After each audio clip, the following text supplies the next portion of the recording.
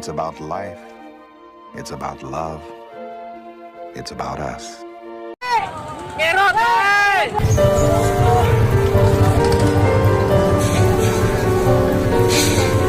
Pemandangan Semambung BPBD Bengan. Kejadian sekitar 15 menit.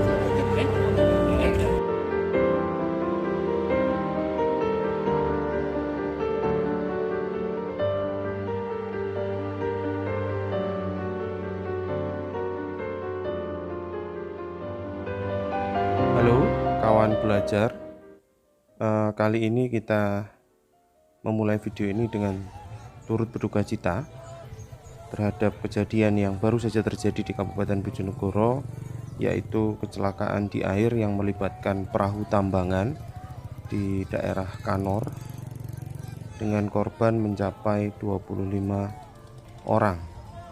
Sampai kemudian video ini dibuat, masih dilakukan proses penyelamatan dan pencarian terhadap korban. Kita berdoa yang terbaik untuk para korban agar bisa selamat.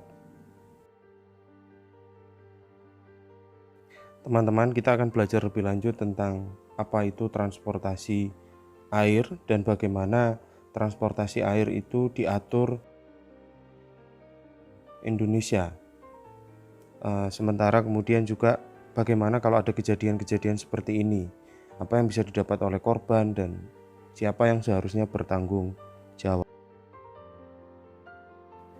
Saya menemukan satu penelitian menarik dari Institut Teknologi Bandung atas nama Anissa Siti Humaira. Jadi judulnya tentang penyelenggaraan sistem transportasi air terpadu untuk mengakselerasi dan memantapkan konektivitas nasional.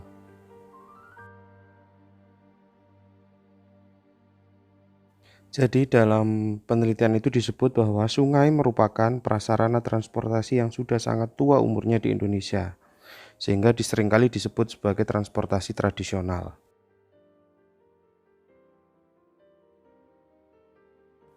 Lebih lanjut disebut bahwa laut dan sungai merupakan jalan pengangkutan air yang bersifat alami atau telah disediakan oleh alam dan memiliki pola tertentu sesuai dengan proses alamiah.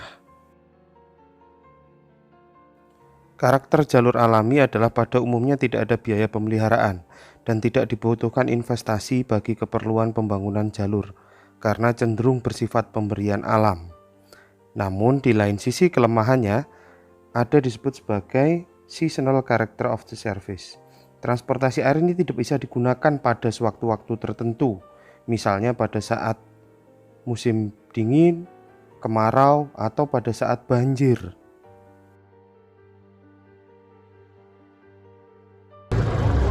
Info perahu penumpang terbalik di Tambangan Semambung.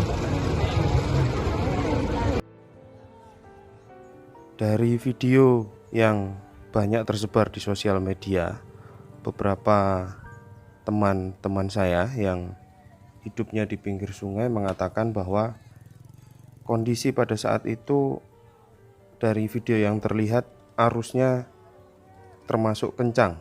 Bahkan seringkali ini disebut kondisi munggut atau pada saat debit airnya itu tinggi.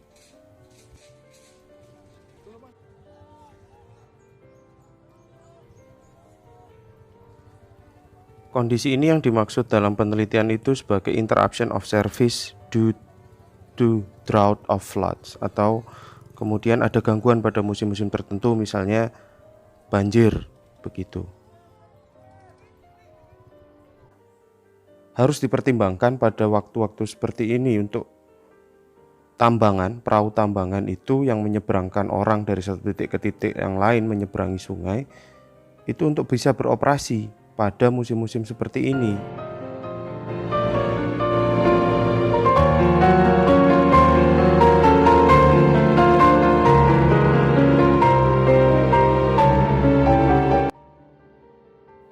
Tambangan sendiri ternyata adalah modal transportasi yang biasa atau lazim dipakai untuk menyeberangi satu titik ke titik yang lain yang melewati sungai sementara tidak ada jembatan atau jembatannya jauh, dan ini bahkan di beberapa artikel dikatakan sebagai tinggalan peradaban kuno dari kehidupan sungai di Indonesia.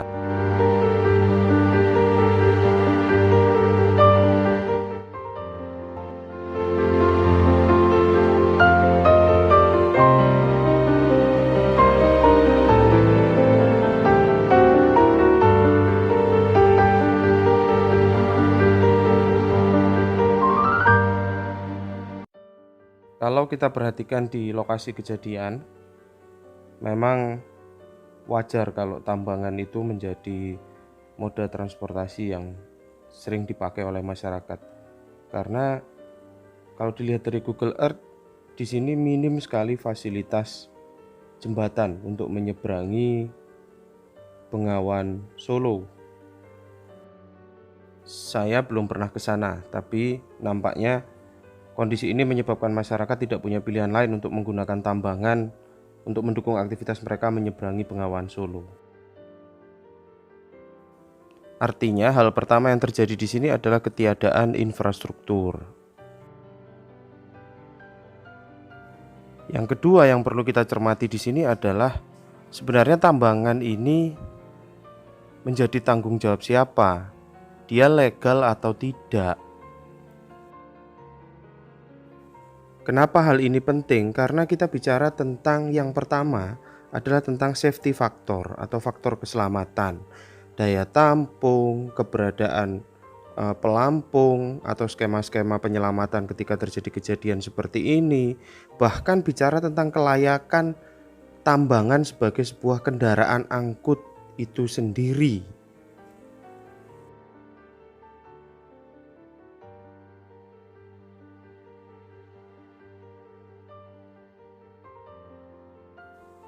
Menurut keterangan beberapa kawan yang berkaitan dengan hal tersebut, nampaknya tambangan ini masih merupakan, bisa dikatakan dan secara praktek, dia ilegal.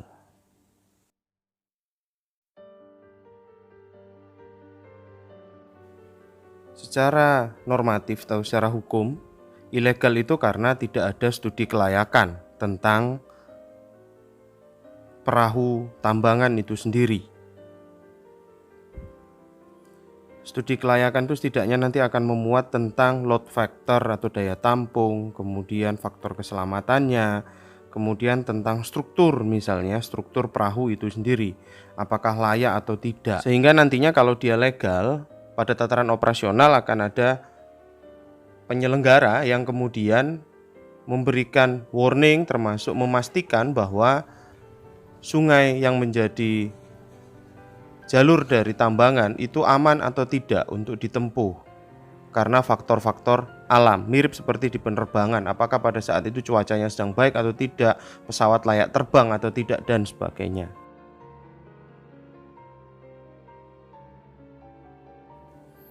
Lebih lanjut, kalau ada kejadian seperti ini, apakah kemudian korban akan memperoleh ganti rugi, akan memperoleh kompensasi?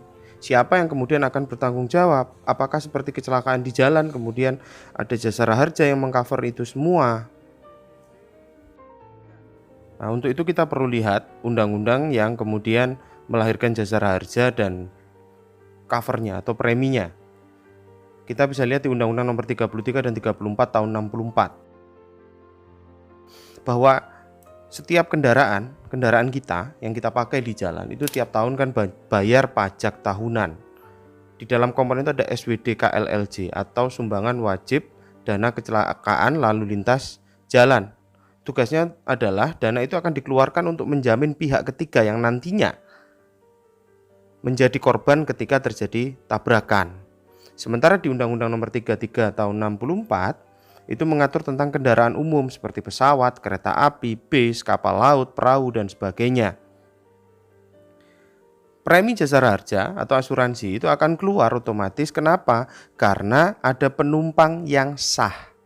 Penumpang yang sah itu adalah penumpang yang membayar tiket, karena sebagian dari tiket merupakan premi sebagai bentuk coverage atau perlindungan terhadap ketika mereka mengalami kecelakaan macam begini. Nah, pada kasus tambangan yang ternyata dia ilegal, otomatis dia tidak memberikan retribusi pada jasara harja atau bahkan dinas pendapatan. Karena dia ilegal, tidak ada tiket resmi. Otomatis kemudian dia mirip seperti penumpang kereta kelinci atau odong-odong yang juga tidak resmi. Sehingga secara teori harusnya, secara normatif seharusnya jasara harja tidak punya tanggung jawab untuk mengcover itu. Karena ilegal berarti mereka tidak diakui. Berarti secara hukum perjalanan tidak pernah ada. Meskipun faktanya perjalanan itu ada. Sebenarnya sudah ada banyak kasus yang menunjukkan bahwa perahu tambangan itu tidak aman. Sehingga seharusnya infrastruktur jembatan untuk daerah seperti Semambung ini perlu segera dibangun. Karena masyarakat membutuhkan itu.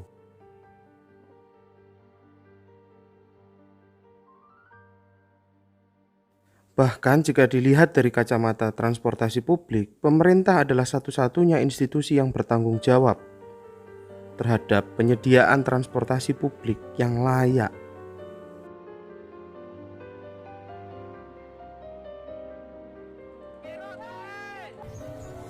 Doa terbaik bagi para korban yang hari ini mengalami peristiwa tersebut. Semoga senantiasa diberi keselamatan dan kekuatan.